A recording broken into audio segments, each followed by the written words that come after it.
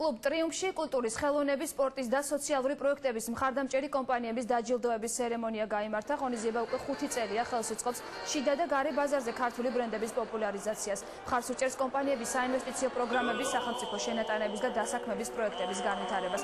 წელს გამარჯვებულთა შორის მოხვდნენ აირზენა, გზების მშენებლობის დეპარტამენტი, ანსამბლი ერისიონი და სხვა კომპანიები. მთავარი პრიზი მამლის ქანდაკება სახელმწიფო მშენებლობაში შეტანილი წვლილისათვის შინაგან საქმეთა სამინისტროს და საპატრულო პოლიციის თანამშრომლებს გადაეცათ.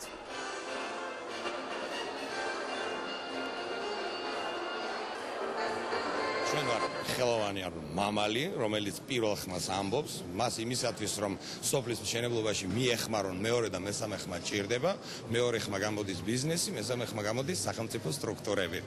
აი ასეთია ძირითადად შინაარსი. მხოლოდ წელს დავაგეთ 1100 კილომეტრი გზა.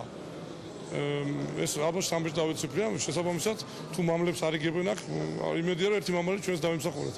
ჩვენთვის ეს ძალიან დიდი სტიმულია, რომ მომავალშიც ასევე გავაგრძელოთ. ჩვენ საკმაოდ დიდი წვლილი შევიტანეთ იგივე ქართული წარმატებული კინოპროექტების განხორციელებაში და საკმაოდ დიდ სოციალურ პროექტებს ვაფინანსებთ ხოლმე და გვერდში უდგავართ ქველმოქმედ ადამიანებს. ჩვენთვის ეს დაჯილდოება არის პირველი ამ ორგანიზაციას უხდით განსაკუთრებულ მადლობას იმისათვის, რომ დაინახეს ის დიდი და ყოველდღიური შრომა, რასაც ახორციელებენ ჩვენი პატრულ ინსპექტორები.